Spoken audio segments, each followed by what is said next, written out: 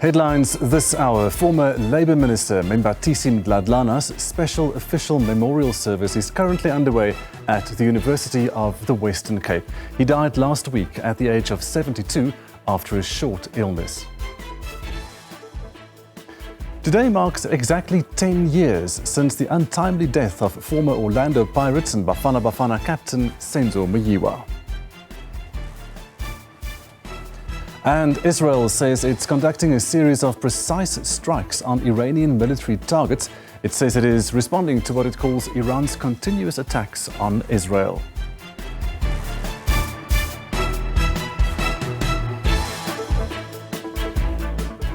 Good afternoon. Thank you for joining us here at Week in Review, live from our studio in Johannesburg for the next 2 hours. We'll review some of the biggest stories of the week. I'm Gustav Freiling, and you can participate. You can share your comments or ask your own questions by giving us a call. Our number here in the studio is 011 714 0680, 0681 or 0682.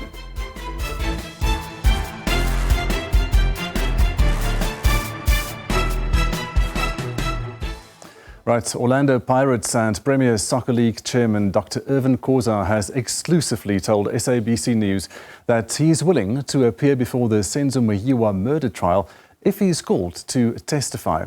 Now, during the course of the ongoing trial, defence lawyer Thulani Mngomezulu asked for a statement by Meyiwa's brother Sifiso to be read in court. In it, Sifiso claimed that Khoza told him Senzo was not shot by robbers.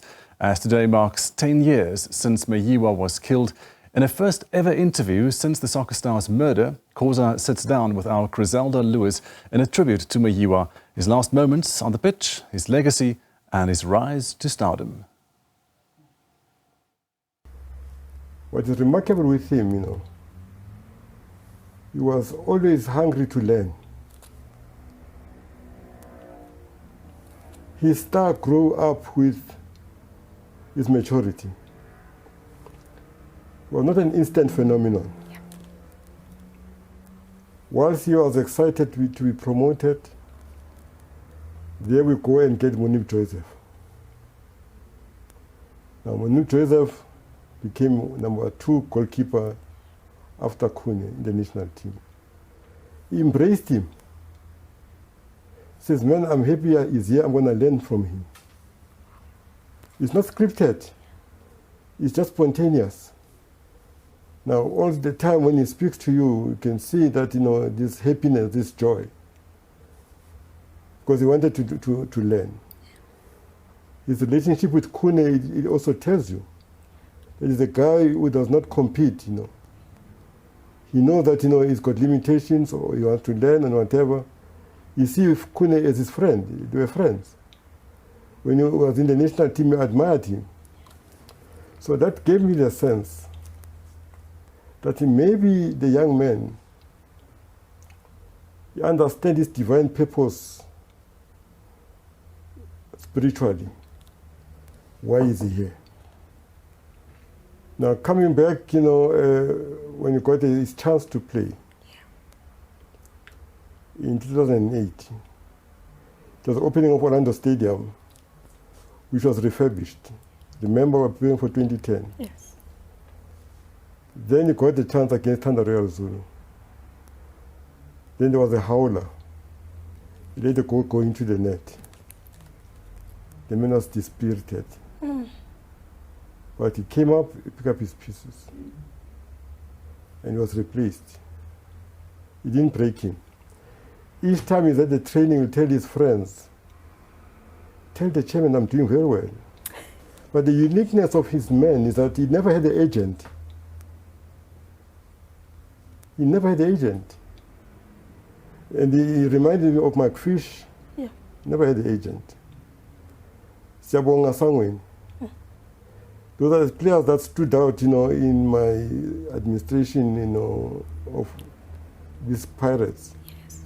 They're going to stand up for a long time as unique human beings.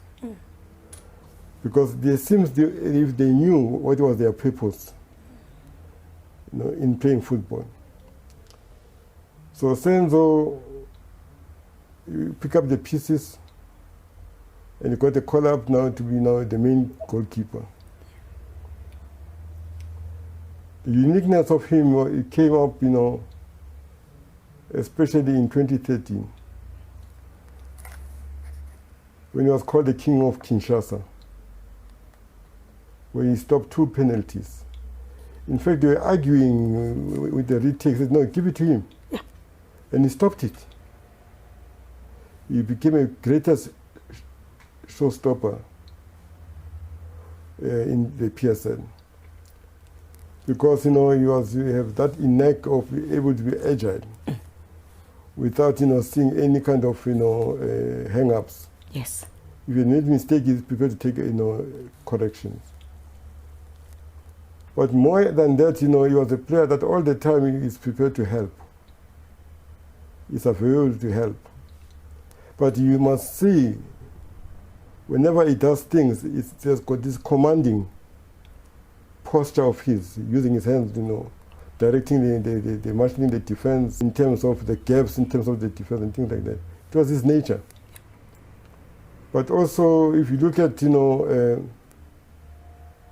the game that he played, on 2014, on the 25th, he did something very unique that really said to me, on hindsight, this man had a premonition. After we won that game against IS Cape Town, and people will remember this. Yes. He alone, he rounded the stadium, waving a hand, as if he was saying goodbye, alone. Usually, nowadays, you see the Paris players, they all congregate in the corner, all of them. Alone, he circled the stadium, waving to the supporters. And he's got his own gesture. Yes. As if he's conducting the choir. No. It didn't mean anything at that particular moment. It didn't mean anything. But what gets into me is what was shared to me by our kid manager. It's my nephew. The first thing he came to tell me at home, he says, man, Chairman, after the game, Senzo sat on his chair. Because players, when they finish, they take out their uniform, they go to the shower. He took out his boots first, and he put his feet on the boots, and he bowed his head. Well, 5 minutes.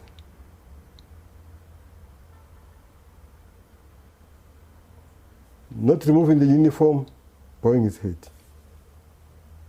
Now, remember what happened in the field of play? Yes. Now, bowing of his head after the game. What was happening in that moment is seen between him and his God. I can't comment. When the news happened the following day, it was devastating. Because this man, as I said, his star grew in his maturity. Then when he got a chance to be a leader, he became a leader by example.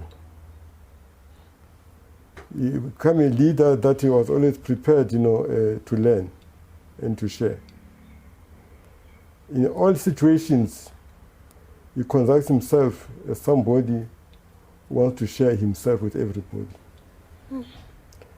Now, talking about 10 years, I only hope that the wheels of justice, because I believe in processes, that, the story must be told to give us some kind of closure. I can't imagine the family was close to the father, was Sam. When I brought him back, with the team, I said to the father, I took him as a young man with some potential.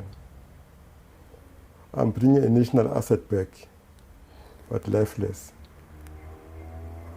Because in September, he became a captain of Bafana of that year. Then he became also a captain of Orlando Pirates Football Club. Now, something strange happened also in July 23rd of 2014. At the Pirates Awards, Zex Bantwini was performing. And I was sitting with Stan Shabalala in my table. I said, just get Senzo, Masugu, and Dauda. Now, Dauda was one of our players from Ghana, was a goalkeeper. I said, they must know the human side of these people. What was the human side? How they can dance. Nobody has seen it. It was a private, observation because I'm so much, high-minded. Yes. I watch every move of my players. Yes. There was something unique now. Dauda is from Ghana and is Muslim. Yes. Boy. Let him dance for you. Masugu, let him dance for you. Yes. Now Masugu's West is from Orlando. Senzo from Mulazi. Yes. It's happening. It's another combination. They went to the stage. The invited guests, they could not just understand. They were beside themselves. Now, you can imagine, all these things is happening in the lead up, to October. It has never happened before. I asked Khoza, can get Senzo to come to the stage and Masugu and what's called. Now, he didn't know what I was saying. Yeah. But he didn't know himself. Yeah. I surprised him. Dance and that.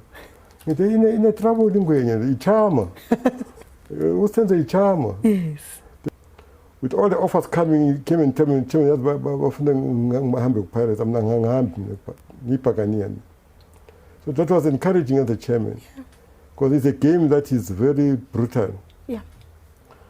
Once you think you've got a player now, but the player is already being, coaxed, to go to another team. But he has never done that to Senzo. He never betrayed the team. Does it speak to the caliber of person that this Senzo Meyiwa was? All what he has achieved came at the right time when he was matured. Right. He was able to differentiate, which made him a unique leader. Senzo, because of maturity. Because a lot of players, at the age of 18, 19, 20, they get lost. Yeah. But this young man was grounded all the time, wanted to perfect himself. If there was another player bringing Jose was going to be discouraged, and he drowned himself in liquor. He did not do that. That's why him and Kapuza did a very unique thing. You give Kapuza a substitution position, he doesn't wear a long face. At training, he says, tell the chairman that, I'm scoring goals here. He must tell the coach. Yeah. Laughing. Same with Senzo. So you don't get this kind of players, more often than not. They wear long faces, they leak things into the media, they become disruptive in the dressing room. It was a joy to have.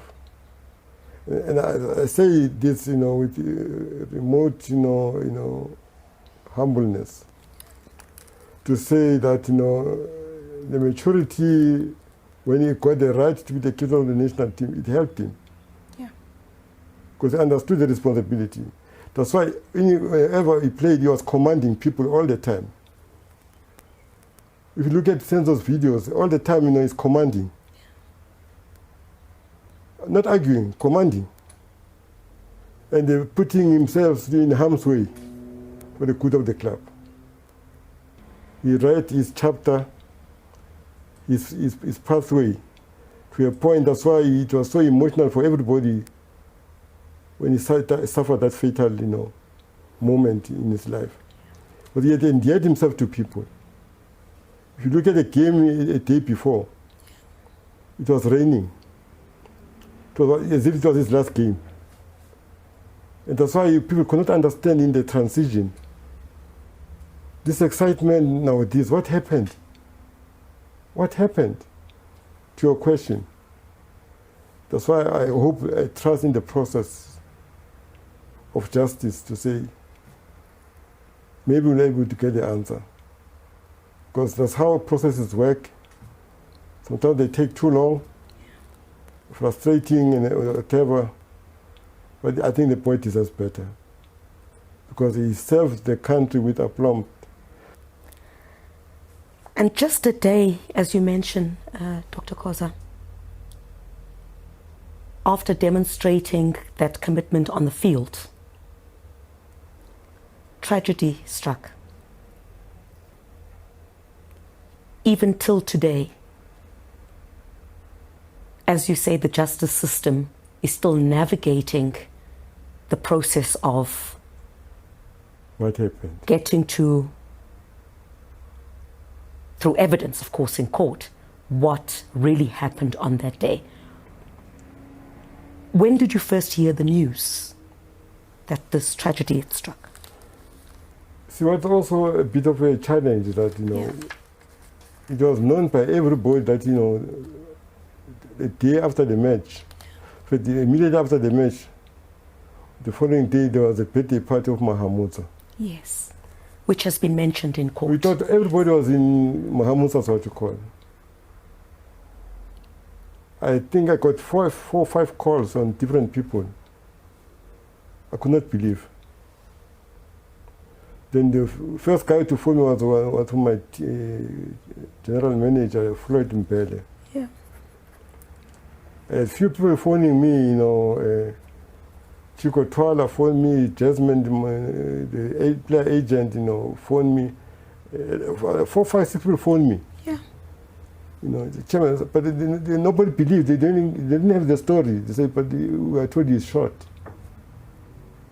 So only later in the night you say, no, it's normal. Because it's unbelievable. I remember, one of my sons phoning Mahamud and says, man, is Senzo there? Because he could not believe that, Senzo is shot. But what happened in the party? They didn't know themselves. Yeah. It's only when they got the news, then they also all went to hospital. Yes. And this must have hit very hard on you. This was a young man that you took in. You had a very close relationship with the late Uncle Sam, Senzo's father. And I guess the expectation would be, given that his father was in KwaZulu-Natal, you equally played a father figure for this young man when he came into your fold. So this must have hit you. We all know that we're going to die one day. Yeah. But there are people that give you a sense as if they're not a dying type. Sense that never looked like a dying type. Because of his exuberance, his personality, never say die spirit, And after having performed this much well, and everybody being excited,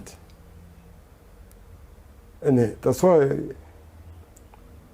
when this happened, when I phoned the father, I had to collect myself. Because I can imagine the emotion on the other side, to express my condolences. Because what is strange for me was because, they told me that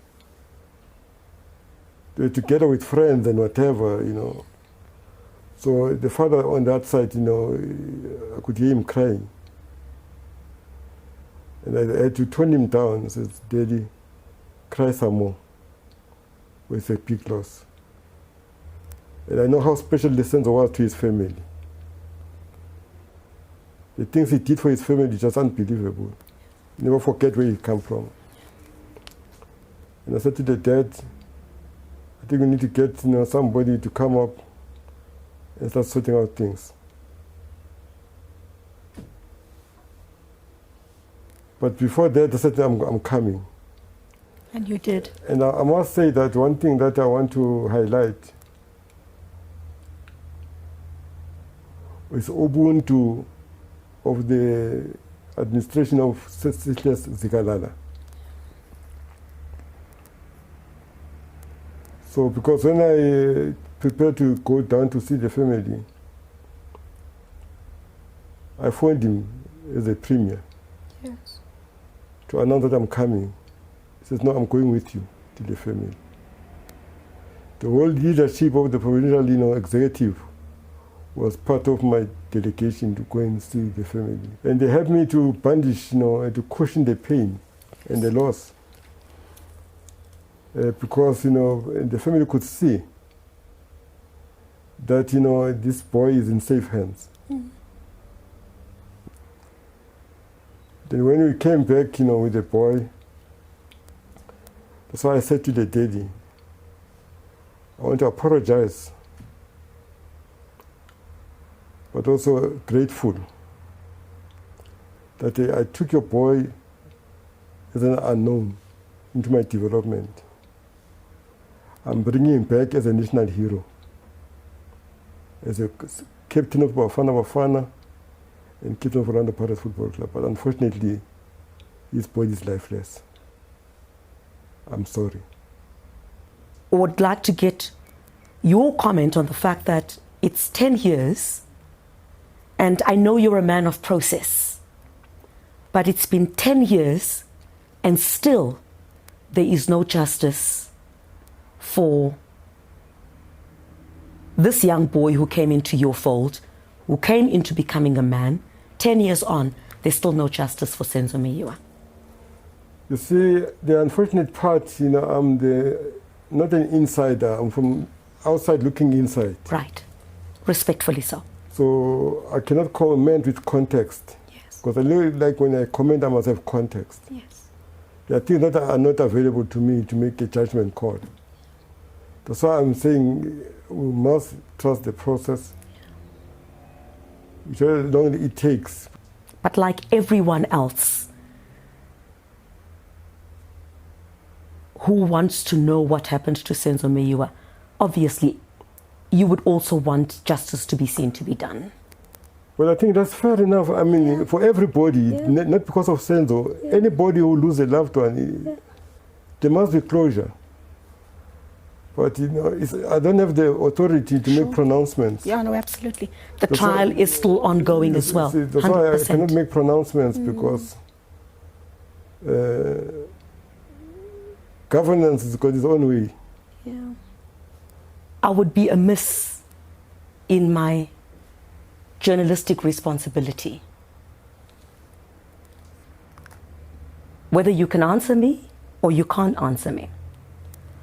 But responsibly so, on the premise that the Senzo Meyiwa murder trial is still currently underway.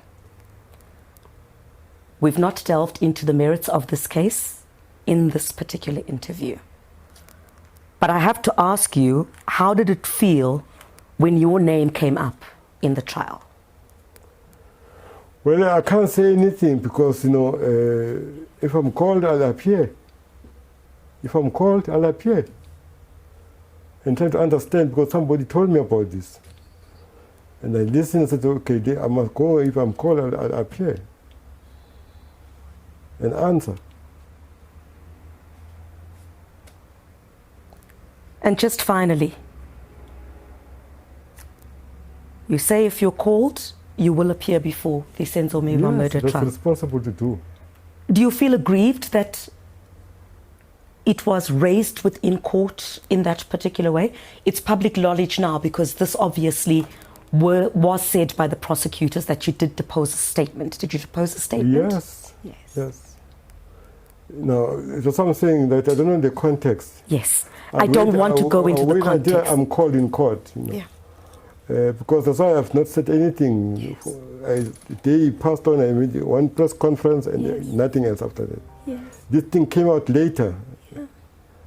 Long after, the 2014 and whatever, recently. So I was inside court on that day. So I must go to court and answer. But don't ask me a question on hearsay. Yes. I think that's where we're going to leave it, Dr. Khoza. I would have been amiss in my journalistic career. And I think on the basis that the matter is still before court at this matter, and we cannot delve into the merits of it. But I appreciate your insights on Senzo Meyiwa from the time that he came into your fold, the man and the soccer player that he grew to become, how he went on to represent South Africa, and of course, some of now the controversies that have come up, of which you say you will attend to, if needs be. I think the important thing that, you know, the family deserves better. How so? What do you mean? Senzo's kids deserve better in terms of what we want to know what happened. That's right. We all want to know what happened. The family cannot have closure without knowing what happened. They are grieving, it's tearing them apart. And that's why I don't want to be part of the narrative of the innuendos and whatever, because it's not fair to the family. So that's why I'm saying let's wait for justice to take its course. Interrogate every fact that comes up, and that's the purpose of the court. 100%. To make sure that we get to the bottom of this thing. And make sure that we leave nothing unattended. But the family and us, the family of Orlando Pirates Football Club, we want closure. Because we lost a role model. We lost a leader. We lost a matured player who matured with time. And that's why I'm saying that the Senzo thing was so impactful, because if it was an instant phenomenon, it was something else. He earned it. He went through a process. Everything of his happened in a matured age. And he had the shoulders to handle it. And it's a lesson for other players, that you always wait for your time. You work towards your stardom. His star grew with the maturity of his performance, of handling all the situations. So that's why I'm saying, to be fair, that we know what happened in the final analysis. Again, the justice system. You know, our country is too democratic. So the process is, you know, sometimes they're laborious, but you just wait and see. I hope it's going to happen soon. Griselda's interview there with Dr. Irvin Khoza. This is Week in Review on the SABC News channel. Onto this developing story now. 4 armed robbery suspects were shot and killed during a shootout with the police on the R59 road in Alberton in the south of Gauteng. Now, Provincial Commissioner Lieutenant General Tommy Mtombeni is expected to address the media at this crime scene. In the meantime, our SABC News reporter Balen Tetwa is on the scene, and we cross there live now. Good afternoon. What do you see? What can you tell us? What is the latest that you have for us? Well, certainly, the vehicle that you see right in front of us, as we developed earlier on today, is the vehicle that was used by the 4 armed men who were then caught up in a crossfire, a crossfire, but who engaged in a gun battle with the police. We also established earlier on that their remains are trapped inside the overturned vehicle and are yet to be taken out. But the latest development is that these individuals were intercepted before participating in a crime. It's understood that they were on their way to committing the crime when they were intercepted by the police. Now, this comes just a few weeks after the launch of the festive season plan, where we heard Minister Senzo Meyiwa saying that they would be working with all law enforcement officials. Now, this saw the Premier of Gauteng saying that he would also make some resources available for law enforcement. And what we've seen here today are 2 choppers really playing quite a role here, which are from the Provincial Traffic Police. I'm going to ask my camera colleague just to show you. We've also seen that there are EMPD officials that are also present here, and we also see crime prevention wardens that are here, and that is the chopper, the second chopper really from the Gauteng Provincial Police. that is also here that has really been instrumental in all of this. Now, this forms part of that festive season plan to see all law enforcement officials working together to intercept any crime and also to bring those involved in any criminal elements to book. Traffic remains a challenge as the road remains closed, and those remains of the suspects have still not been removed from the vehicle that you see behind me. I'm just going to step out of the shot yet again just to show you what is happening still. It looks, as you can see over there in the corner over there, forensic is still combing through the scene before really removing the remains of the suspects who were shot and killed during the shootout between police and themselves. And there we have it. More people are arriving, and we do understand that the commissioner is not far from here and will be arriving shortly. We should be able to give you details from that briefing and get more details, as at the moment the details still remain sketchy as to what happened and how the police received the tip-off. But at the moment, what is important here is that police, EMPD officials, as well as Gauteng police officials are also just working together in order to fight crime and ensure that this festive season is one that is safe for all South Africans and also Gauteng residents. It's back to you in studio. Thank you so much for your reporting there live from the R59 road in Alberton in Gauteng this afternoon. SABC News reporter Balenhle Mthethwa. We'll go back live there as soon as the Provincial Commissioner is there to speak to the media. This is Week in Review on the SABC News channel. We'll see you right after this.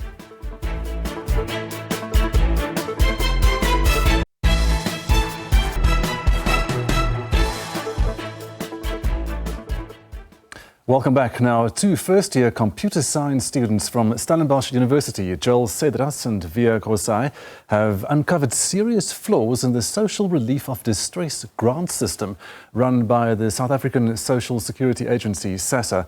They uncovered that the system is vulnerable to fraud after realizing their own IDs were used to apply for SRD grants that they never applied for.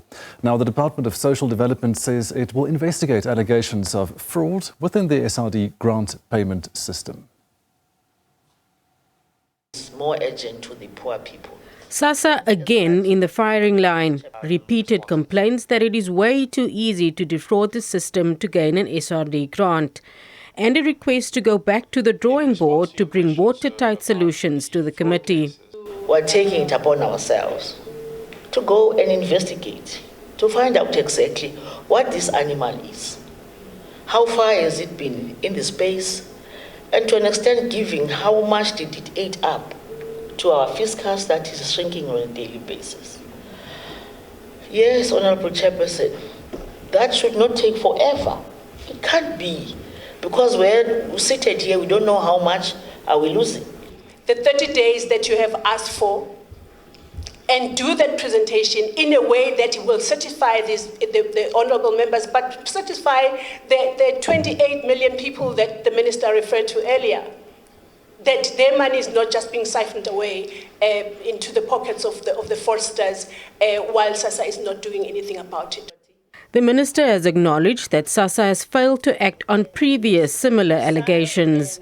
Zaleen Merrington, SABC News, Parliament.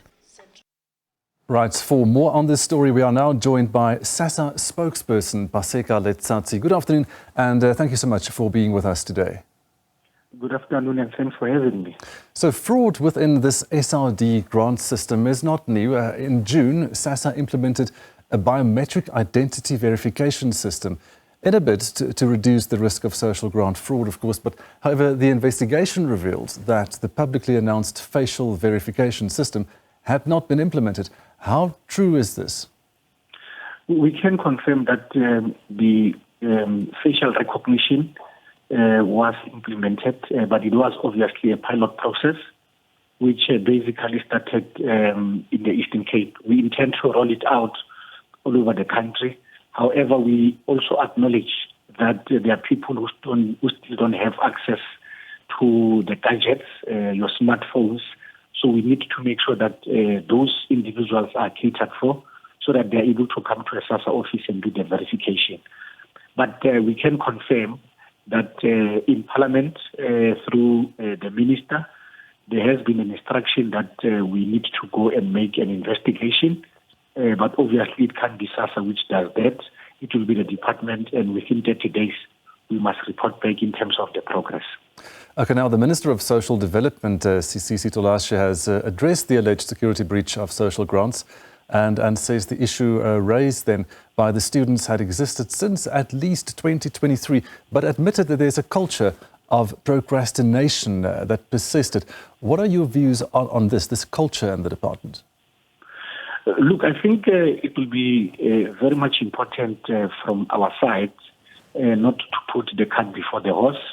We hear the instruction by Parliament, obviously, and the directive by the Minister of Social Development to make sure that the investigation is done. And I think I would appeal to the public at large to make sure that we wait for the thorough investigation to take place. And once the investigation takes place, we think that the report, which is going to be tabled in Parliament, will definitely reveal whatever that it would reveal.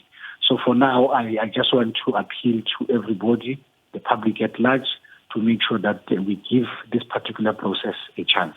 Now, of course, the detection of identity fraud in the SRD grant application system has placed Sassa under intense scrutiny. And as you mentioned, now Parliament has ordered this investigation into fraud. But how does this now impact the department and the work that they are doing every day for those in need? We have actually identified that as a risk in terms of the organization. Hence, the facial recognition was implemented. But secondly, we must say that there was a pushback, especially from the civil society. But we think through an engagement with them and everybody would come to a conclusion or an understanding to make sure that we verify individuals who make the application. And one of the things that we agreed as an organization was that we give people a leverage if they want to change their banking details. If they want to change their cell number, they can do so.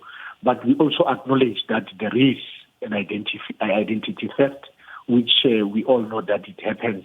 But we solely rely on other sister department whose responsibility is to make sure that they produce ID, like Department of Home Affairs. And I think the information which we get there, we basically verify to make sure that it is correct and the person who's applying is the correct individual. But we do acknowledge that there is an identity theft which is taking place. Okay, you mentioned the Department of Home Affairs now. The Minister, Dr. Leon Schreiber, says that Sassa beneficiaries without the smart ID cards are leaving themselves vulnerable to fraud and identity theft. Would you say that this is a contributing factor in the fraud that has now been uncovered? We think one of the things that we need to do when we speak, we must be 100% sure in terms of the outcome.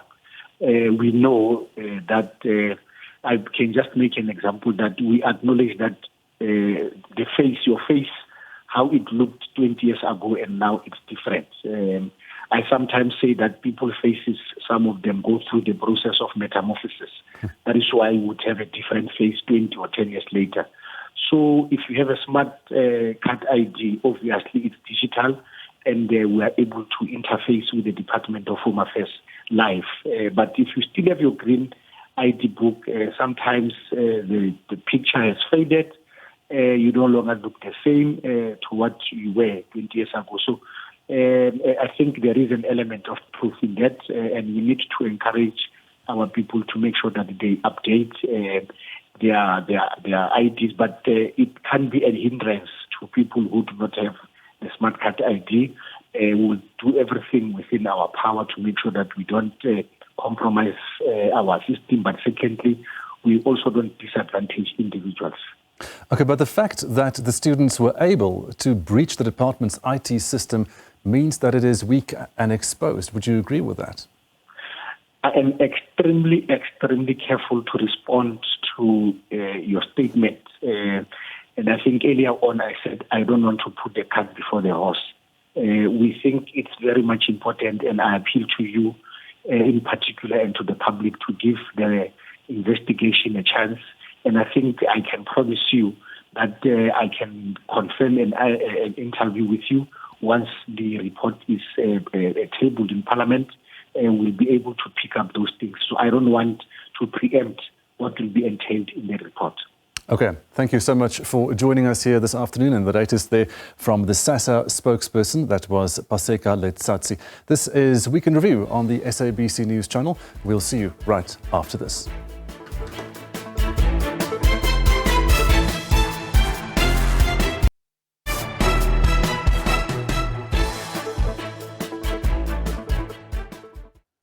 Welcome back. Now, the BRICS nations have reaffirmed their commitment to strengthening multilateralism and ensuring just global development and security. The Khoza Declaration was adopted during the 16th BRICS summit held earlier this week from Tuesday to Thursday in the Russian Federation. The summit saw the BRICS leaders emphasize the importance of cooperation among emerging markets and developing countries to foster inclusive and sustainable global growth. It was attended by leaders from Brazil, Russia, India, China and South Africa, as well as new members from Algeria, Egypt, Iran, Saudi Arabia and the UAE. We are now going to interrupt this and we're going to take you live to the R59 in Gauteng this afternoon. The police commissioner is there, the Gauteng Provincial Police Commissioner, Tommy Mtombeni, and he is going to address the media right now. Intelligence-led operation where they systematically put together a team following these suspects who were about to rob some businesses here in the surroundings. As they followed them up, they ultimately attempted to stop them. On the attempt to stopping them, they started shooting or firing at the police. The police retaliated on that, or during that process.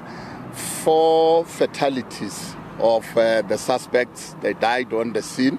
You could see, because the Criminal Record Center Crime Scene Management, they're still combing up the scene, but you can see inside the car there is a firearm there, of which currently I can't confirm how many firearms. I must just indicate that this is the fruit or the result of a cooperative agreement of which the Minister of the Police, Senzo Meyiwa, who have led the cooperative agreements on the 10th of this month in Johannesburg and Tshwane as well as Nikuruleni. Having said that, the team comprised of our police tactical response team, the TRT Amabereta, as well as Gauteng Traffic Police. You can see the chopper there, or the air wing, that chopper which have landed in there. The security industry, like T-Connect, Tracker Connect, and then the Gap Security, which have got involved in there. In a real sense, you can see this cooperative agreement is really working. And you can also see here, Ekurhuleni Metropolis, they are just currently here on the scene. We're just giving a strong warning to the criminals. We know that it's a festive season and they like planning. They must take note that we're very strong in Gauteng in terms of the intelligence. And then hence we have cracked them up. And if they don't stop whatever they're doing, anyone who gets involved, as I always say, you will feel like sitting on top of the fire.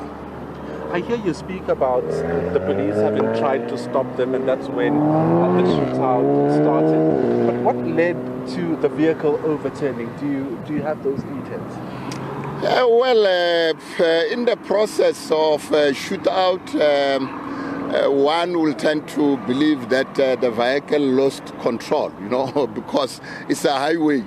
And normally on the highways, and then people, if there is no distraction of the traffic, people they travel on a quite high speed, and of which the speed limit in South Africa is 120. 120 is quite a high speed, and one will believe that during that process, that what caused the vehicle to overturn. But over and above that, when you exchange fire, at the end of the day, you'll find that maybe some of the parts of the cars were hit. But at this stage, one cannot say anything because the Criminal Record Center Crime Scene Management, as you can see in whitish regalia, they are still combing up the crime scene. Do you know, for example, in fact, there's been quite a number of concerns about these shootouts between the suspected criminals and the police. In your province, how many have you recorded so far in this year alone? I don't think I must count the bodies, but I can just relate a few incidents, of which is the latest incident. We had one incident for cash and transit heist in Germiston of recent, of which we had 6 fatalities there, and then one was critically injured. And also this one, where we're having 4 fatalities. The one in Clear Water Mall for robbery of a jewelry store, we arrested 7. But there has been some injuries with the criminals. We had 3, and of which on the side of the police we had 2. So on the 2, the 6 fatalities and the 4, we had no injuries in terms of the police. But there are other incidents like in your Dobsonville, somewhere there, I think in March, where we had not less than 3 fatalities. So there's quite a number of them. So I can't precisely give a total number, but there's quite a number of them. Can you say for a fact that in all those cases, the police have not been found wanting? Can you say for a fact that IPID investigated and found that it's always been the criminals? It's quite difficult to say the police have not been found wanting, and I should think that question can be directed to the IPID as they exclusively investigate these matters. But you received the reports, right?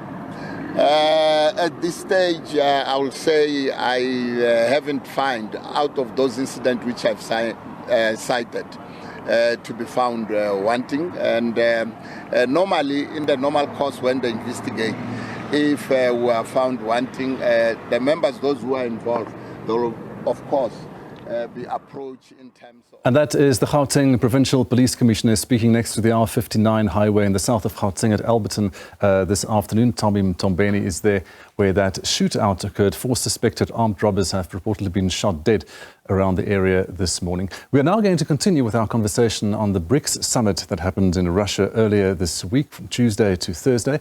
And with us in studio this afternoon is distinguished professor at the University of Johannesburg, Patrick Bond. Good afternoon. Thank you so much for being here with us today. Thanks, Gustav. And on the line, we also have Sandile Swane, who's a political analyst. Sandile, good afternoon. Thank you so much for joining us. And to your viewers. Great. So let's start with you, Professor Bond, and I want to ask you this about this Kazan declaration. Again, calling to create this fairer international order by upholding the international law, the UN Charter and so on as the cornerstone. In light of what's happening in the region where this summit took place, basically, and the Middle East, what would have to change to realize this declaration? Oh, it's a very interesting declaration. I hope the viewers will tap into the official website. You'll find it. It's 135 points, and about 10% is dedicated to this question of, because Russia invaded Ukraine in 2022, the worst aspects of U.S. imperial financial and monetary and currency power were on display. Immediately, Janet Yellen, the U.S. finance minister, put on a financial sanctions package. It included withdrawing Russian access to SWIFT, that's the interbank system, and it involved $600 billion plus of asset seizures and no more loans. And they're so powerful, Gustav and Sandile, that even the BRICS New Development Bank endorsed those sanctions on March 4, 2022, and they won't lend to their 20% shareholder Moscow. So something needs to be done. And this is where I think we were hoping that, not just because of the Ukraine invasion, which perhaps you could argue that if they seized assets in the West, they would give those to Ukraine to rebuild from the damage. There's some justice there. However, the injustice of the US dollar being so strong, it's so extreme, with quantitative easing, with higher interest rates in 2022, which wrecked so many African economies, driving a BRICS member, Ethiopia, to bankruptcy earlier this year. And the power, in a sense, of the Federal Reserve in the US and equivalent central banks in UK, Europe, and Japan have to be contested. And we were very disappointed. Nothing much happened except for a BRICS pay, a bridge system that might get going. Is it possible to de-dollarize? Can that happen or not? We have to work towards a new Bretton Woods, don't we? It's some arrangement where the international, let's say, democratic society through a United Nations General Assembly says, unlike Bretton Woods, 1944, basically two countries came with the power, the gold. One was South Africa. We had half the world's gold here. Half the world's was in Fort Knox in the United States. And so that was an extreme version where just the West put together a system where $35 would buy you an ounce of gold and vice versa. And the thing hung together until 1971. The US president then, Richard Nixon, defaulted. And then it's been just chaos. And look at all the ups and downs and the extraordinary ways that financial crises have emerged and roiled our economic system, making for terribly irrational economic processes. And I really had hoped that BRICS would do more, because that's been part of the central part of the rhetoric. And the BRICS New Development Bank is the only institution, after all, that they've really got up and running. Okay, Mr. Swan, I want to ask you about conflict. One of the key concerns highlighted in the declaration is the rising number of violent conflicts across the globe, of course. What are the regional and international implications of this? Thank you so much, Gustav. The issue of these conflicts, and some of them are topical, let's put it like that. You will find that there is one major agent in the perpetuation, the start and perpetuation of this conflict, being Western imperialism, more especially sponsored and pioneered by the United States of America. As an example, the so-called Ukraine war, which in its genesis is the default by the United States of America to dishonor the agreements they had made with Mikhail Gorbachev between February 1990 and April 1990. And they've continued to do that. And today, all the liabilities arising out of that dishonorable conduct of the United States are now lumped on the Russian people and Vladimir Putin. So the United States can actually end that war in Ukraine, for instance, simply by agreeing that Ukraine can remain neutral and things of that nature. Then you have the one China policy, which was agreed by many, which the US is still refusing to honor. The 1967 agreement about Palestine, which again the United States is refusing to honor. And we could go on. And the proliferation of illegal sanctions, unilateral sanctions around the world, imposed by the United States of America on other nations, including Cuba. So those are some of the conflicts, but we must not say they are just conflicts. We must point them to their origin, where they come from, and it is the attempt to impose the hegemony of the West on other continents and on other peoples of the world. Okay, Mr. Swane, so there was condemnation of unlawful unilateral coercive measures by attendees, including economic sanctions. So is there room to engage the global North to stem the lack of inclusive dialogue in order to achieve a more long-term stability? I think that with the growth of clubs or cooperative bodies like BRICS, it is very possible for the Western powers led by the United States to start realizing that in some senses, power is shifting as well, and there is power that resides outside of the United States and also in the East and elsewhere. So I think just by virtue of the shifting of power or emerging power elsewhere, I think over the next 20 years, 30 years, we will see significant changes. Okay, let's talk to us, Professor Bond, talk to us about this declaration, some 135 points you mentioned there, this Kazan declaration, focused on the global economy and international trade, of course, as you mentioned. This multilateral trading system, they say, is being undermined. The UN Charter is being undermined by some of the tools being used to discourage conflict. Can you elaborate on that? Well, I think the two where the BRICS are, let's say, most exposed would be sanctions, one in relation to Israel, the other in relation to climate. So just one after the other. The Israel sanctions are called for by lots of people around the world, and a couple of governments have started to implement. Colombia, led by Gustavo Petro, and Turkey, led by their president Erdogan. And he's now both a member of NATO and a potential entrant. He was one of the 13, Turkey, one of the 13 countries that are the next level of partners. Now, the dilemma is that South Africa has coal exports. We're #1 coal exporter. It's really shameful. Colombia used to be #1, but now isn't. Russia is the main supporter with its 1.3 million citizens in Israel of the army. The Indians are exporting military equipment and also privatize the port, along with the Chinese privatizer. And then we could talk about Saudi Arabia, UAE, Egypt, especially Saudi Arabia and UAE as a land base for goods to break any of those sanctions. The Houthis obviously put on sanctions, and the BRICS declaration condemned that. And so it's a very contradictory situation where we can't get the word genocide into this sort of document. And I'd hate to say, Sandile, you might agree that if the imperialist West, the axis of genocide from Washington to London to Berlin to Brussels and Paris, if they are also profiting from the genocide of Palestinians, we can't, in the BRICS, 9 out of 10 of them, even Brazil, doing 9% of oil trade with Israel, cannot say that we're any better. I mean, certainly calling out genocide in the ICJ, but failing to do it in the BRICS, it's just incomprehensible. On the question of climate, the BRICS are complaining that the trading system will be used in 2026 by Europe to put on sanctions. Those are called carbon border adjustment mechanisms, a CBAM, and that CBAM is going to mean our high carbon exports, steel, aluminium, petrochemicals, automobiles, will be tariffed, and not just the EU, UK. Now, the main thing is that we have exceptionally dirty production systems with Eskom, 85% coal. But it could have been worse, and the main sanctions that have really hit South Africa on climate came from Xi Jinping. Ironically, in 2021, he said, no, you can't build the 4,600 megawatt coal-fired power plant in Limpopo province at the Messina Makata Special Economic Zone. It's very twisted and turned. And by Parks Tao saying in Parliament last month that the WTO prevents us from doing coal sanctions against South Africa, against Israel, it just shows that these BRICS really talk left, walk right. They turn to the WTO for an excuse not to do the right thing on Israel. You mentioned Bretton Woods, the institutions, the 80-year-old institutions earlier in terms of the gold standard.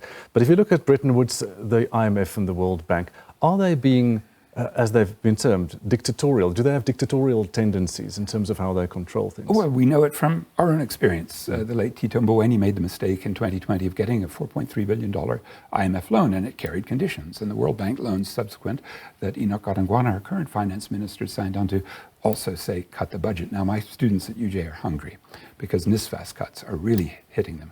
And I think all across the board, NGOs being cut, health systems, doctors, nurses, we are seeing exactly that. The question is, are the BRICS helping or hurting? When BRICS members, the big ones, contribute, China 35% more, Brazil 23%, Russia 11%, and even India 8% in 2015 to a recapitalization, they just make this worse. And their own staff in these institutions are not changing anything. So when I hear critique of the IMF and World Bank, I'm saying, yes, I love that left-wing critique, but when I see you recapitalizing, which is what this same document is promoting, it really looks hypocritical and contradictory. Okay, Sandile, let me ask you about this as well. Do you see this commitment to multilateral economic systems spreading to achieving a rules-based, open, transparent and fair multilateral trading system centered around the World Trade Organization? Yes, I think that it is eventually going to come. So, for instance, if you are talking about world trade generally, not just WTO, you can see that the volume of trade that is coming from the East, including China, has grown quite a lot. So now the question is that if you are the United States and your allies, and you are no longer necessarily the dominant player in those arenas, what are you going to use if you are not dominating the actual trade itself decisively so? What are you going to use other than military power and other things to try and intimidate people into compromised positions? So my view is that just by the concrete conditions on the ground, the amount of trade and where it is coming from and where it is going and who's behind it, the terms of trade and how it is organized has got to be renegotiated and rearranged. We've seen the rebellion of the United States against China, in my judgment, having sort of lost the technological battles in some, like ICT in certain categories. And I mean, there's a big battle now over electronic vehicles, and China seems to be starting to dominate that space as well. So what do you say about that? How can you be fair about that when you see that the other party has won? Are you able to give them some grace and cooperate with that? So I think we're gonna see changes. I think there is potential for change. People, the East and the BRICS countries, from what I'm sensing, is that they are trying to say to the Western powers, we are not trying to dismantle these structures of yours, but we are saying a certain measure of fairness has got to enter these discussions. Okay, Professor Bond, I want to ask you about the international payment system. You mentioned earlier Vladimir Putin saying that it needs an alternative. What kind of payment infrastructure would the Global South need to build this, to bypass the SWIFT system in Belgium? Well, what has been on the table is some sort of unifying BRICS currency, and it could be backed by gold. You might know that China and India and Russia have really amped up their gold purchases. We still produce a fair bit of gold, and that's in a way good news. The gold price is at a record, but they haven't taken the step, and I can understand why, to make a BRICS currency. And it's because China and India really don't get on economically, and they're fighting on their mountain borders, but they're also in a contestation, and the yuan, the Chinese currency, the renminbi, isn't being used in India. The problem is if you just do trade with a non-dollar approach, which is what Russia's exports of energy to India represent, the Russians end up having lots of rupees stuck in India without being able to get anything out. We definitely need something like an alternative currency arrangement, but I'm not sure these guys are going to do it. And I think the main reason, which I'm sympathetic to, is China doesn't want to give up its exchange control power. That's what's allowed it to stop having big financial crises, which they have internally in real estate, their stock market spreading because they can control money going in and out. They've got very big power over big data. They banned cryptocurrency. And if you open it up to a sort of Wild West international financial system, BRICS currency, they're not going to really want to lose those national powers. So I'm not sure until we really have much better governments ready to challenge US dollar hegemony that, we can talk about de-dollarization, but regrettably they're not doing it. The answer to it is not just in the financial sphere. It's what a great African political economist, Samir Amin, said was delinking. Our best example was going outside the WTO to get AIDS medicines out of intellectual property and get those to masses of people. Our life expectancy went from 52 to 65 over the period just before COVID. And we tried that with COVID, but we weren't strong enough in the WTO, even with Narendra Modi and Cyril Ramaphosa, partly because China and Russia had their own vaccines with IP.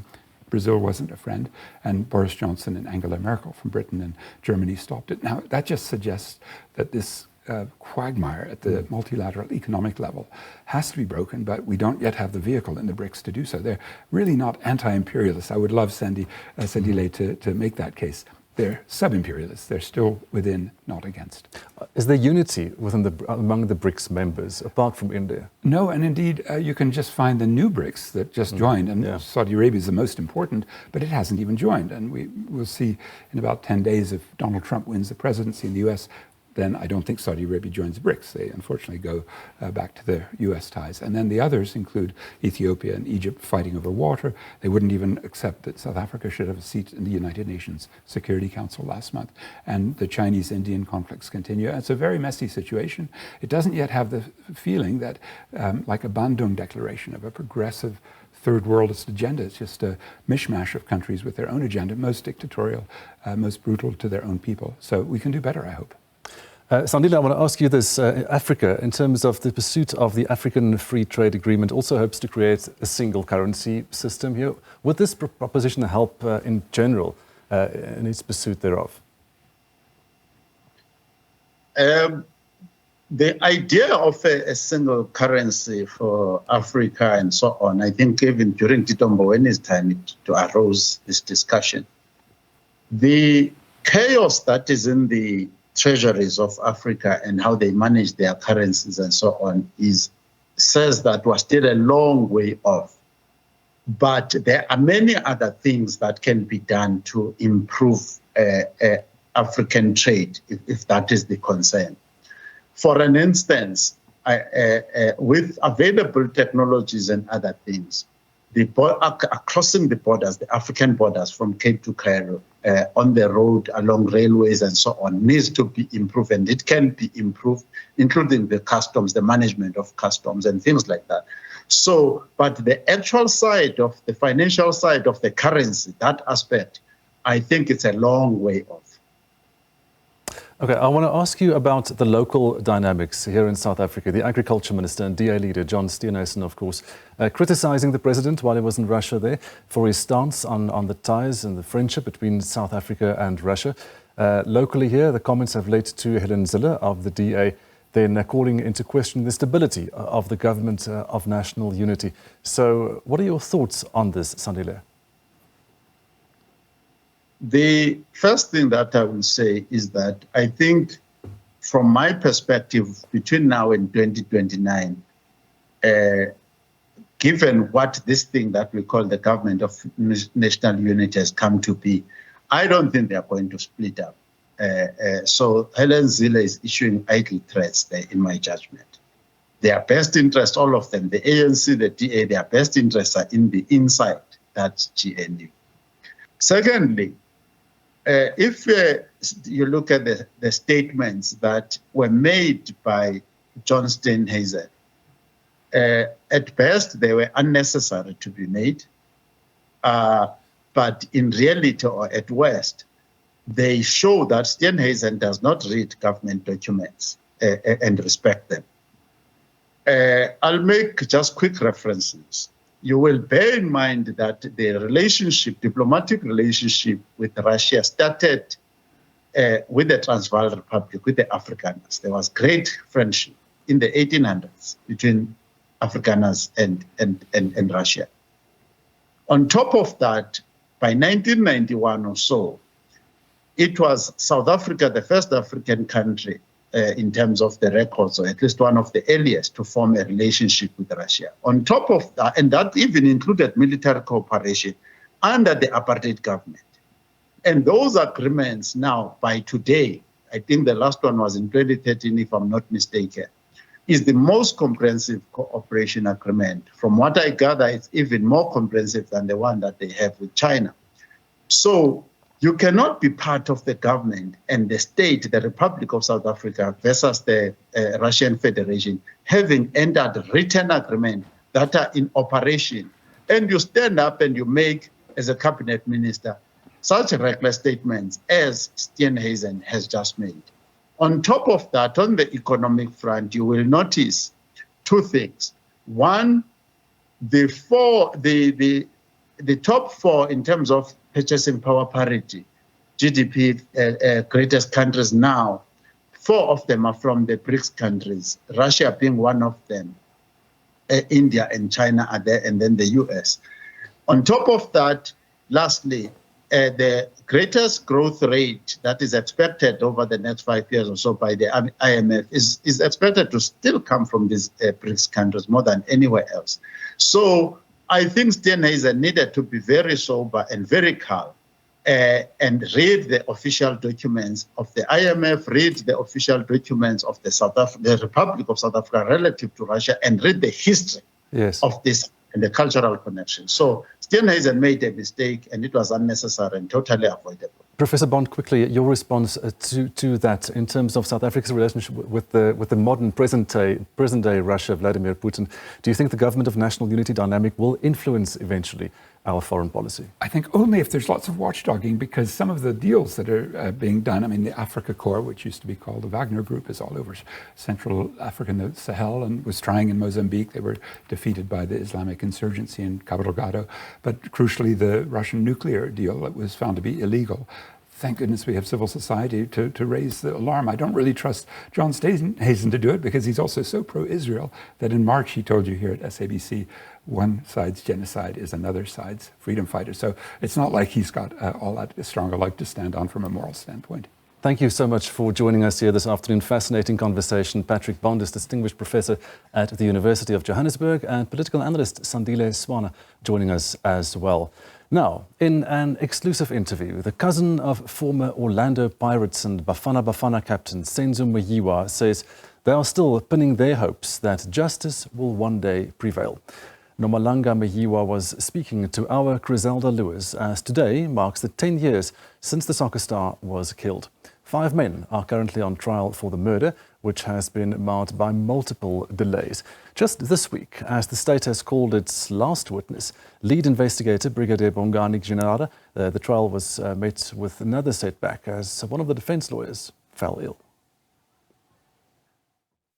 Sis Nomalanga, this marks 10 years since the passing of Senzo Meyiwa. This must have been an incredibly difficult journey for you as a family. Ngiyabonga kakhulu sis. Yeah, impela it's been a long journey from 2014 until kuze kube manje njengoba sekuphela 10 years. She says it's been a long journey. 10 years is a reminder that he is no longer with them. We lost someone supportive kakhulu with him. He was someone who was supportive and loved his family. And even though he is no longer with them, it is also a celebration because he was a national asset. She says they were proud of him. Celebrate ukuthi ube a national asset, and he also falls. And in as much as he was a national asset and played for big teams, they are still in mourning. So kuthina kusenza nje sibe nalokho ukuziqhenya as much as on the other side. They are still hurt because they still don't know what happened to Senzo Meyiwa on the day that he was killed. Ukuza kuthina as a family ukuze siphole nathi sazi ukuthi kahle kahle kwenzakalani on the day uSenzo abulawa ngalo. There are so many reflections that are being made during this time about the life of Senzo Meyiwa. How are you as a family remembering him after this decade? Ukumkhumbula thina nje umndeni kuhlezi kuyintokozo ngoba umuntu ohambe kahle phambi kwethu, kumuntu osithandile, kumuntu osihloniphile. She says to remember Senzo is always joyful. She says he was a good person who respected others. Every time they speak about him, they remember the good that he did. So nje even though ke kubuye kube nalokho because kunekhala whereby sazi ukuthi if ukube bekhona we know ukuthi ngabe kunezinto eziningi esezenzakalile emndenini, but ke she says he left a void. Nobody argued with Nzori, she says. People always laughed when he was around. I don't think nokuthi ukhona umuntu ongaphuma athi mina ngaye ngaxabana noNzori. unzoro ube umuntu wabantu everywhere life yakhona unzoro bekuhleko futhi ubenza sure ukuthi ufuna ukushiya abantu bejabule behleka ngaso sonke isikhathi. In this 10 years, your family was basically dealt with a double tragedy because you lost Senzo Meyiwa, and also after that, his dad, Uncle Sam, also passed away. So it's been a very painful 10 years for you as a family. How have you had to cope with that kind of loss? Ngicabanga ukuthi if ngingangena nje kakhulu kule yokudlula kukamkhulu ubaba Sam iyona into engathi ke kwaba buhlungu kakhulu kuthina as a family because simbonile elwa efuna ubulungiswa. She says the loss of Senzo's father was very painful. She says the loss of Senzo's father was a double blow. She says they saw him fight for justice. He was never a sickly person, she says. And when Senzo passed away, she saw that he wanted justice, and that's when his father got ill. Waqala wakhandleka wagula njengoba ngitshela nje ukuthi ne-stroke samshaya nje kade right nje kuyona ukuthi uyacabanga kakhulu ube umuntu ke ofuna ngathi izinto zingenzeka ngendlela e-right. So she says the stroke that he suffered caught them by surprise because he was not a sickly person. She says Senzo's father knocked on many doors for justice. Senzo's father, she says, passed away seeking for justice. He cried for justice for his son, she says. But she says they believed in God then, and they still do now. Now we are lost to Baba, nakhona futhi sibuyela back ekuthenini kunjenje it's because of ubekhalile ubulungisa bentwana yakhe.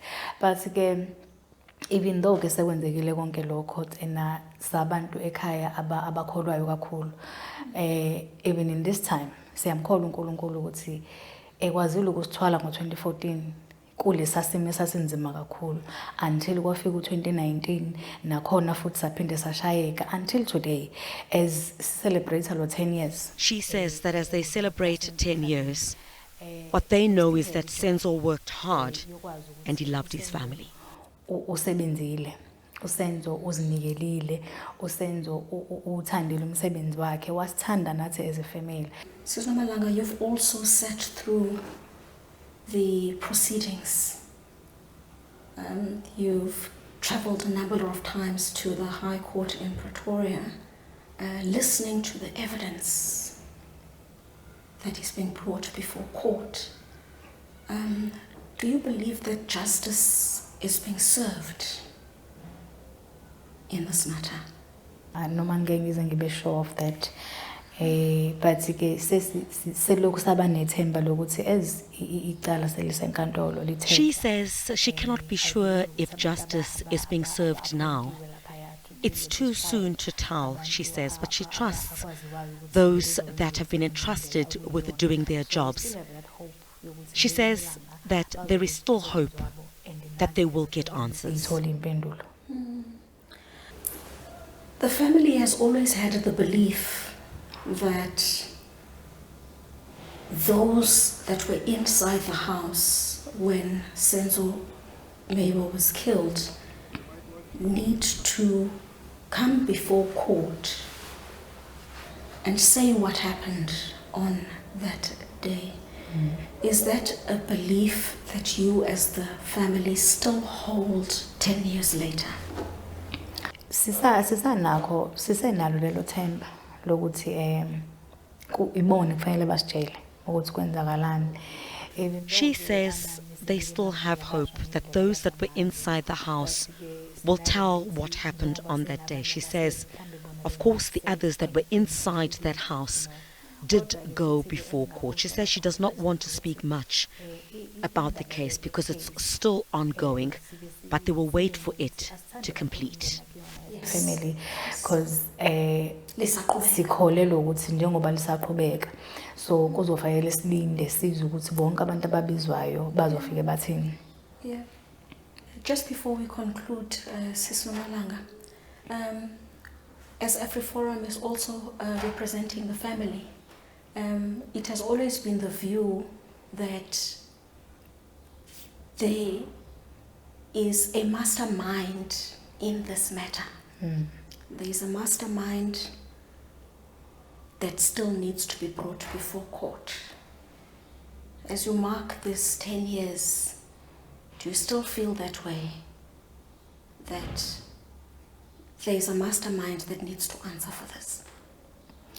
Ngiyakholelwa ukuthi kukhona konke lokho size sifike to that mastermind. Kuyosilidela ekuthenini siqhubeke silale lapha proceedings ase-court. She says she believes that the court proceedings will lead them on the issue of the mastermind. She says she cannot say much, but the issue of the mastermind came up because they wanted to know where all this started.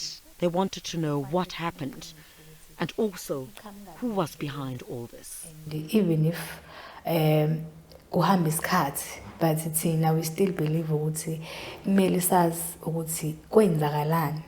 So we still believe ukuthi njengoba icala lise-court sizolinda until liqulwe liqedwe mhlambe kobe seselithola iqiniso ukuthi kahle kahle yini eyenzeka ukuze nathi sikwazi ukuphola.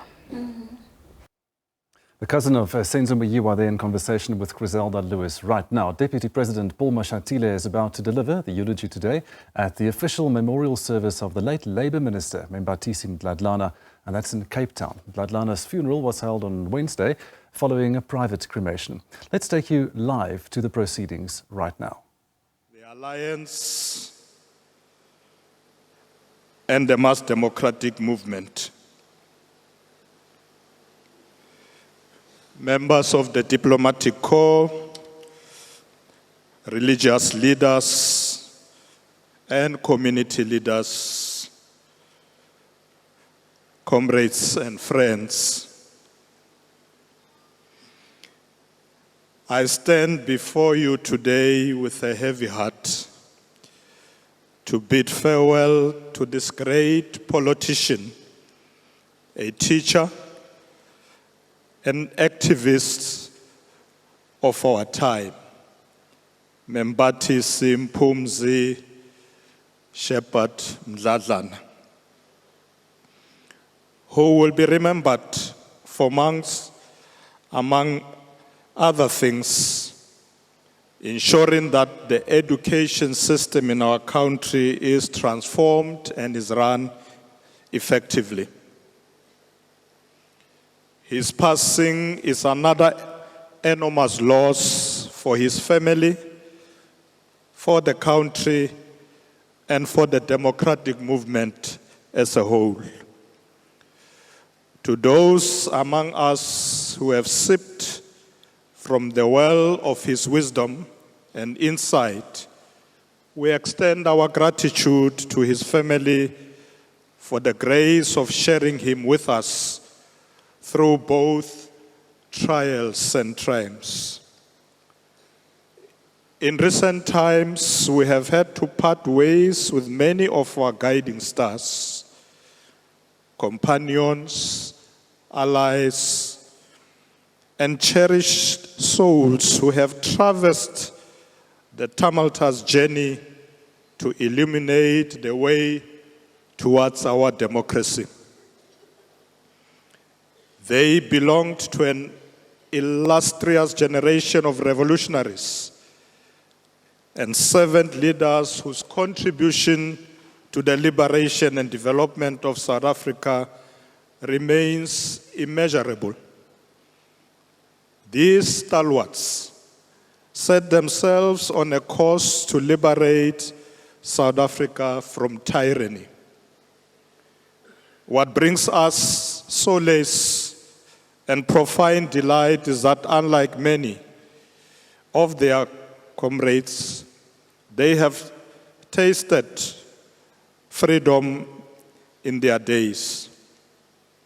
A tale I trust they shall weave upon reaching the other side, recounting to those who were not graced with such fortune to behold it. Those who have recently departed achieved their mission and fulfilled their personal destinies. Yet their work, our work, is not yet complete.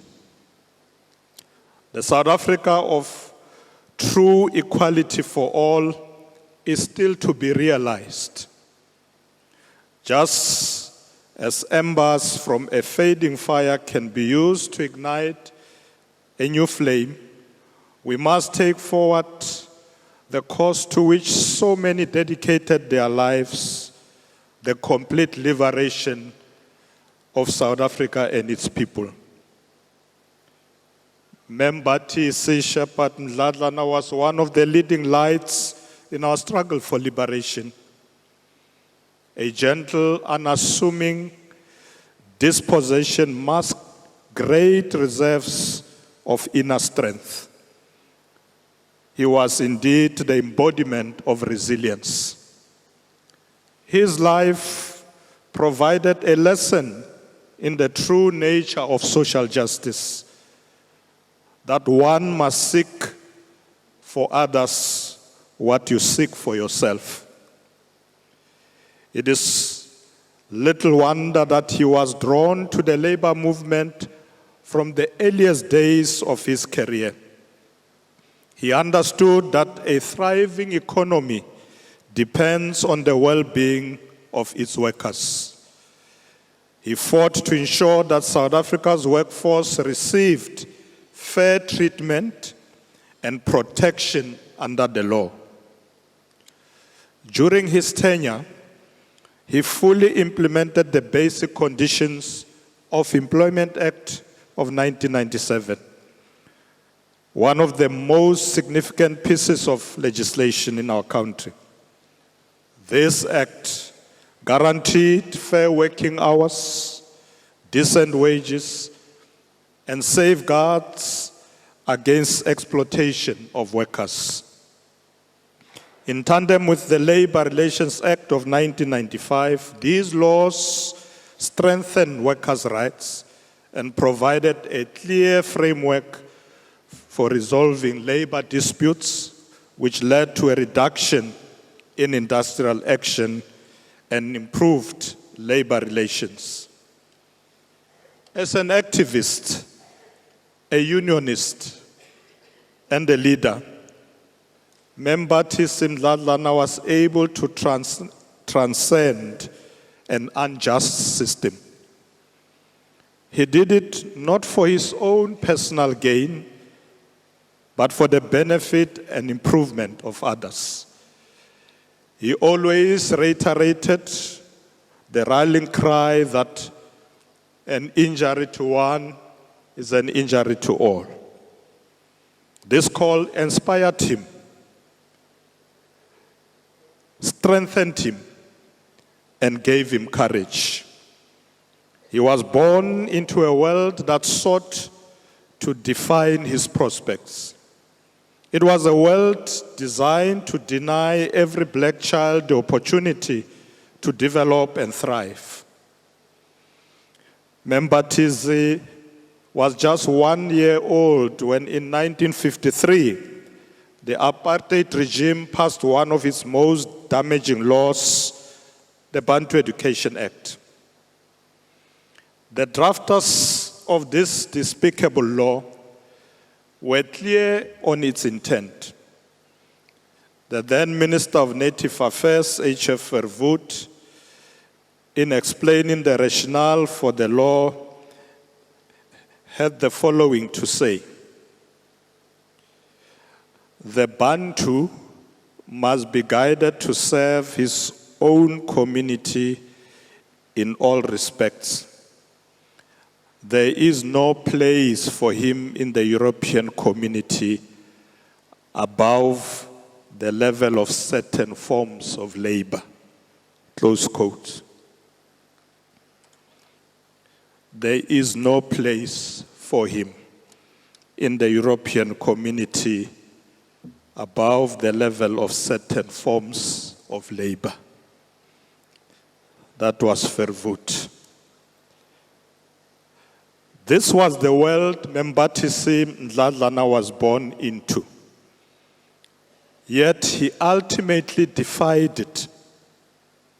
He walked by faith rather than sight, as stated in the great book.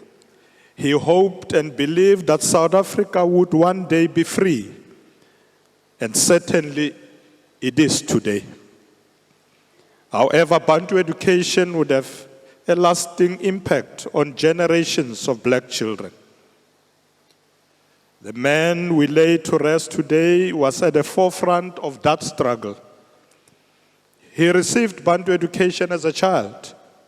He experienced its injustices firsthand, growing up in the former Bantu stand of the Ciskei.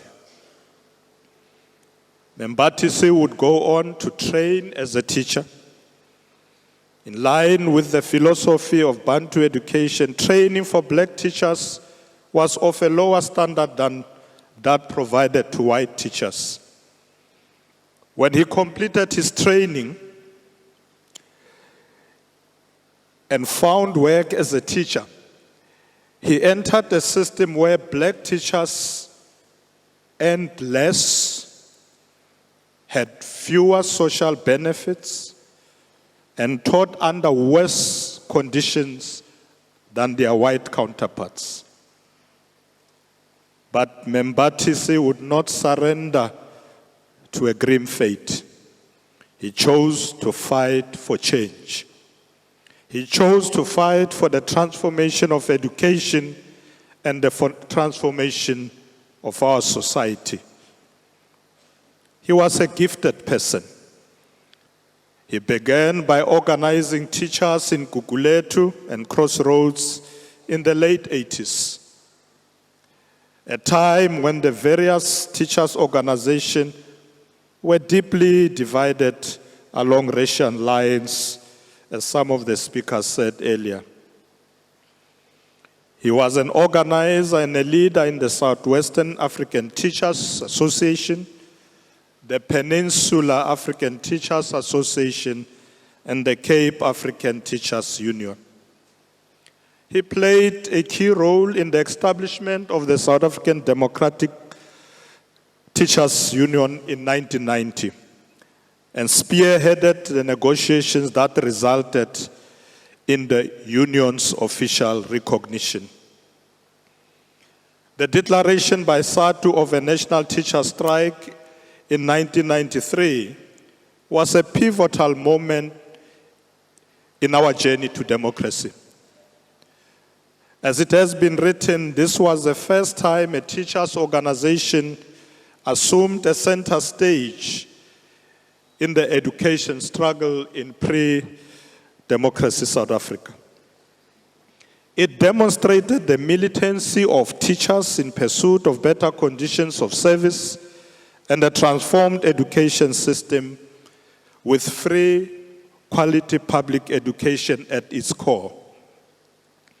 With Membathisi at the helm, the union tirelessly campaigned for the rights also of female workers and for them to enjoy the same rights as their male counterparts.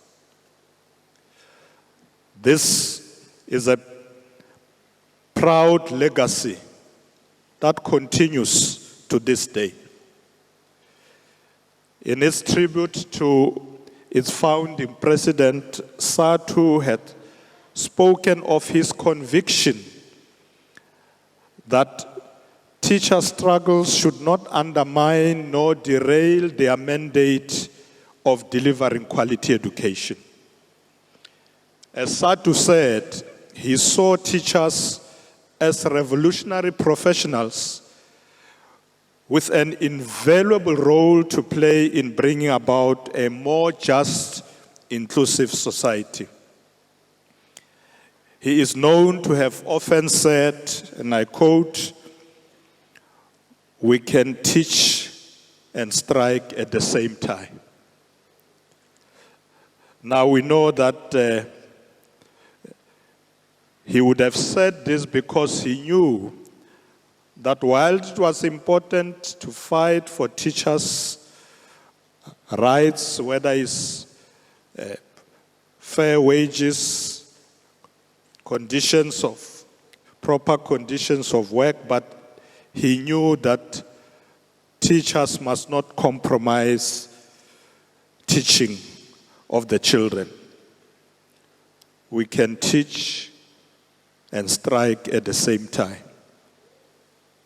We must take heed of his words at a time when our education system still faces a number of challenges and when educators work under difficult conditions.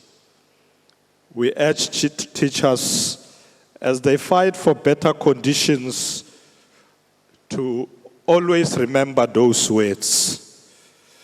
We can teach and strike at the same time.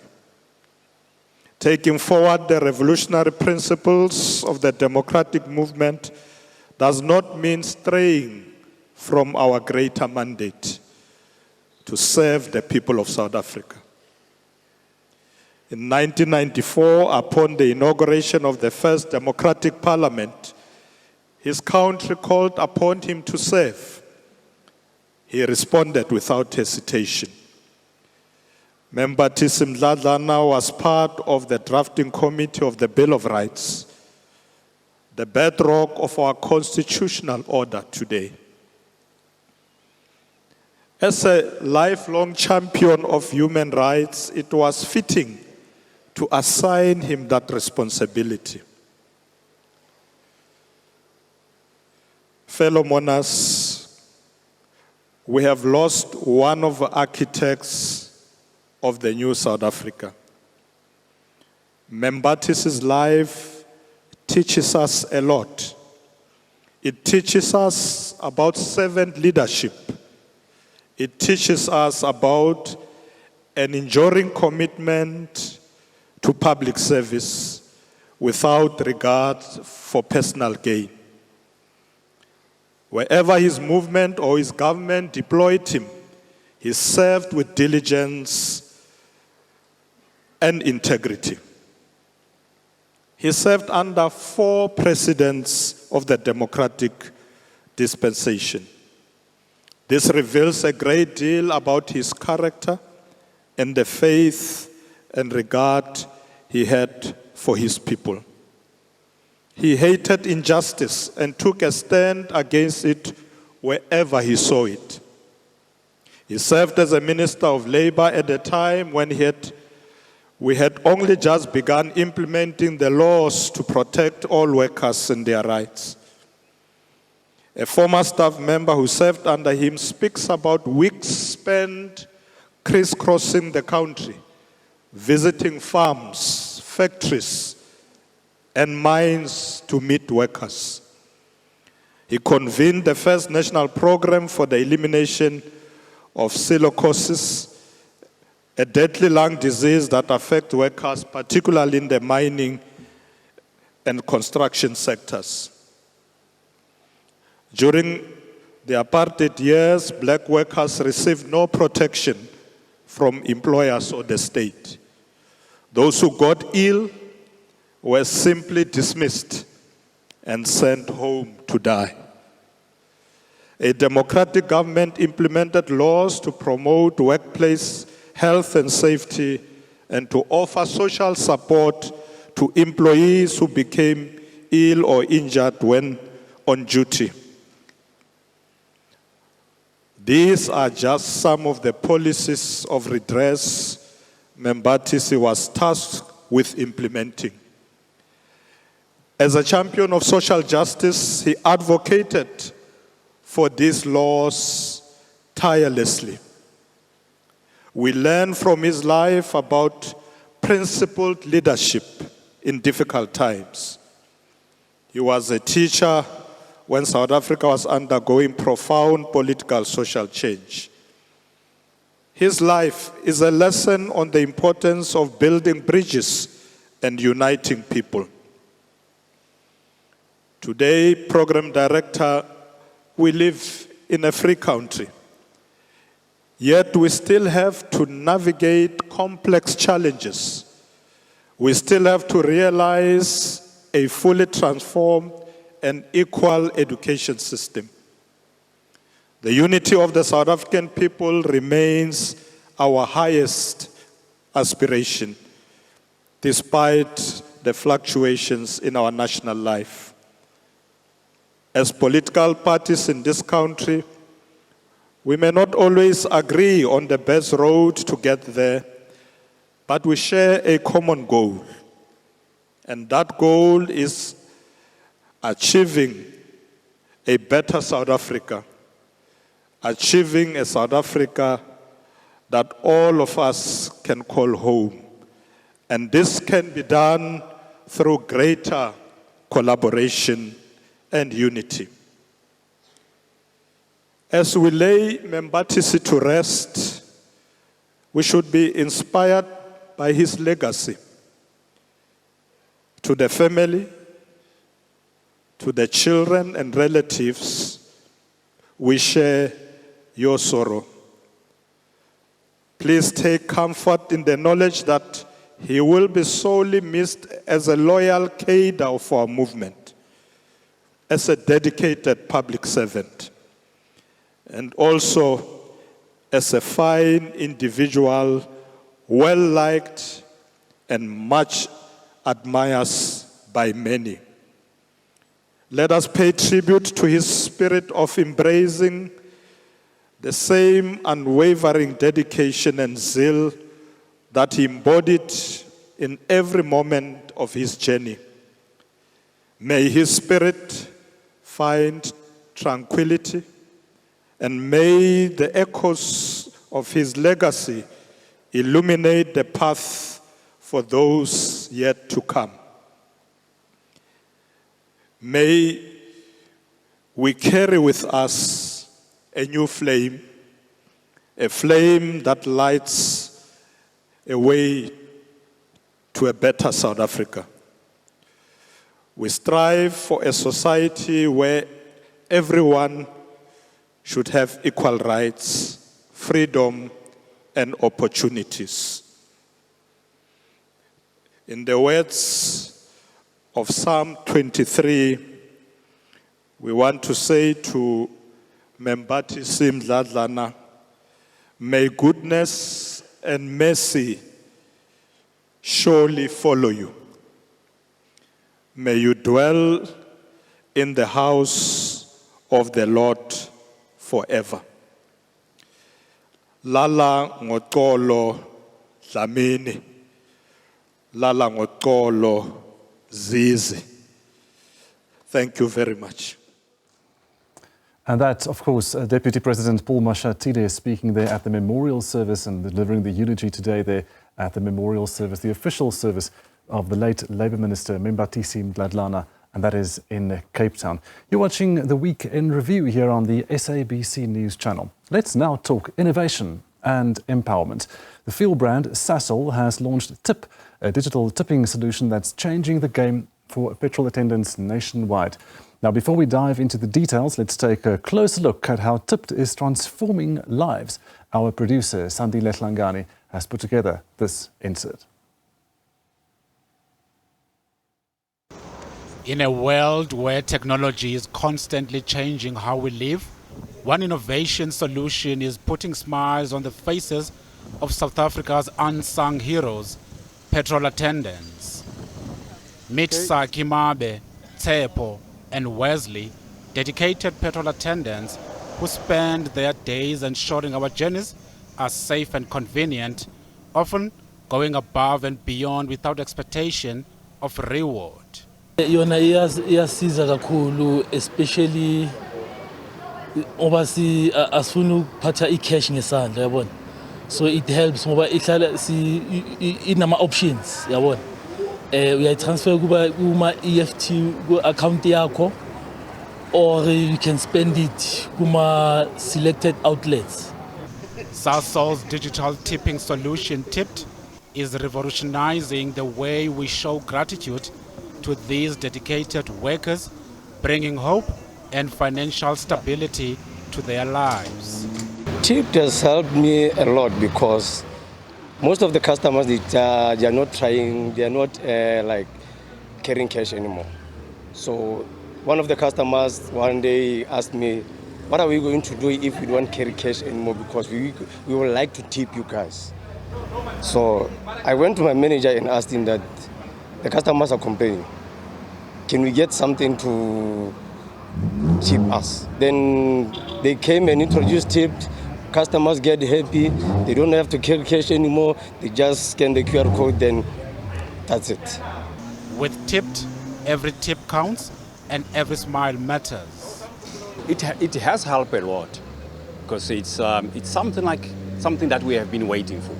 Because most of the time you'll find that customers, instead of giving something for you just to say thank you for what we did for them, they will say to you they don't have cash with them. Then I think it's a good idea to bringing this in. To understand how Tipped works, we spoke with Kim Temple, CEO of Tipped, the innovative startup behind the technology, about their groundbreaking partnership with Sassa. So it's very simple. In essence, really, we give each recipient, each tippee, their own digital wallet. It's a tip digital wallet, functions like a bank account does, and it's within this digital wallet, within this ecosystem of the digital wallet, that's where the power of Tipped really sits. Because it's here that we're bringing in different verticals and adjacencies to bring in financial sustainability and all these wonderful features that we can do, right? So we give each recipient a digital wallet and then a corresponding QR code, and then the tippers can scan this QR code, send the tip across, and money is received instantly. They can transact with it instantly. They get cashbacks, and as I say, all these wonderful extras that we're doing as well. According to Zanele Hadebe, Vice President, Strategic Marketing for Sasol Energy, the inspiration behind Tipped was to create a seamless and inclusive experience for customers and attendants alike. It was actually inspired by less cash on site, but more important than that, it was actually about how, when we want to show gratitude for someone who's done really great service at our sites, clients were saying, do they have no other options for me to pay because I don't have cash on me? And when Kim reached out to us with her innovation, we're like, hey, there's an opportunity to partner with the company where we are able to give customers basically an alternative method to utilize to tip, but digitally without having to have cash on them. It's something that we needed because, customers that comes here, sometimes they would have like card. They would want to tip with a card, and then it was not possible at the time. So not all customers have cash on them, and some things are driven by passion. There are certain staff members whereby when they do a customer service, they do it out of their heart, and the customer want to tip, want to reward for good service, but they couldn't. But with a Tipped platform, it's possible. As Gauteng moves towards a cashless society, Tipped is paving the way for a more convenient, inclusive future. Tipped, fueling appreciation, one tap at a time. Now, let's dive deeper. Joining me this afternoon is Zanele Hadebe, the Vice President of Strategic Marketing for Sasol Energy. Zanele, good afternoon and welcome. Good afternoon and thank you for having me on your show. Can you tell us what inspired Sasol to launch Tipped and how does it align with the company's overall strategy? So we were actually fortunate in that Kim, the owner of the company called Tipped, reached out to us and, she shared this innovation. And it made complete sense. We understand that consumers constantly are in an evolving state. And we'd had a lot of customers constantly say, what is another way that I can pay digitally if I want to tip someone?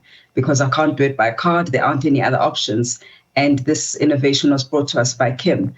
And we decided to partner with her and basically start piloting it in some of our sites to see what the reaction would be. So that was really the inspiration. But more importantly, it's underlying the fact that there's a lot of work we do from a customer centricity perspective as an organization. And this was one way for us for basically a frontline staff member expressing and behaving in a way that emanates good service to a customer. And when the customer of their own will would like to tip the individual and has the alternative of, well, I don't have cash, which other way can I just say thank you to you? They're able to basically tap and scan that QR code they have to make that tip digitally. Okay, so practically, basically, how does Tip enhance the customer experience at one of Sasol's fuel stations? So I think the first thing is, tipping is first of all something you do from your own personal experience as an individual. The most critical thing is really around minimizing cash on site. I think in this day and age, less people carry around cash. It also saves, it also protects whether it's not just the customer on site, but also our petrol attendants of minimizing that cash on site. The second thing is makes for a seamless customer experience in being able to literally tap. And thirdly, it continues to uplift the work we do in the continuous training with all our frontline staff around good service being delivered to our customers, and that a customer will show their gratitude just as they would if they visited a restaurant or a nail bar and really just wanted to say thank you. I really love the service you've given to me, and this is a little something. So what role does digital innovation play in Sasol's growth strategy, and how does TIP then fit into this vision? As an organization, I'd say we've always been innovators. I mean, our purpose talks about innovating for a better world, whether it's in a production environment, whether it's an environment that is front-facing as a retail environment. We've always had an adapted technology and innovation at all places. This is really just keeping up with the demands of society in the way that they behave from a purchasing behavior. And I think where it makes it seamless for customers who now are used to simply tapping their phones, tapping their smartwatches, it really consolidates with that continuation of the innovation that we've always done as Sasol, and ensuring that we stay up to date with what society constantly expects as that has become a norm, a cashless world and a digital environment enabled. This is important, quite important. How does TIP improve the lives of the petrol attendants, and what benefits do they then derive from this platform? So I think sometimes we may forget that, petrol attendants, as per with other industries, is aligned to basically receiving a minimum basic wage. The wages in this industry are governed or regulated by the Motor Industry Bargaining Council, and the petrol attendant per hour, the minimum earning is about 43.61 rand. Therefore, you can take into account that the wage that they receive on a monthly basis, when you take into account that they have costs just like you and I, of being able to get to work on a daily basis, taking care of a family, possibly taking care of extended families and so forth. Being able to earn that, being able to basically have that additional little bit of an earning, which is only earned when I emanate good customer service, goes a long way from a sense of dignity that I'm able to provide for my family because I emanated a particular behavior that a person said, thank you. That for me is the key thing, dignity that comes with being able to deliver service that is then remunerated in a way of saying thank you for the good service I received. Okay. Here's also a practical question. How do you ensure fairness and transparency in the distribution of the tips to the attendants? So each individual frontline staff who basically has their own QR code. Each one has their own separate digital wallet, and we basically have there's a reporting structure in the background where we're able to actually see exactly how much tips each and everybody earns. And how they utilize it is each individual's decision, whether they want to have that money moved to a bank account or whether they want to utilize it through vouchers. But we as an organization, as Sasol, doesn't do anything. Thank you so much for joining us this afternoon, Zanele Hadebe, the Vice President of Strategic Marketing for Sasol Energy. And that is it for today. Join us again tomorrow at 12 here on the SABC News channel for the week ahead. The news continues at the top of the hour. Take care.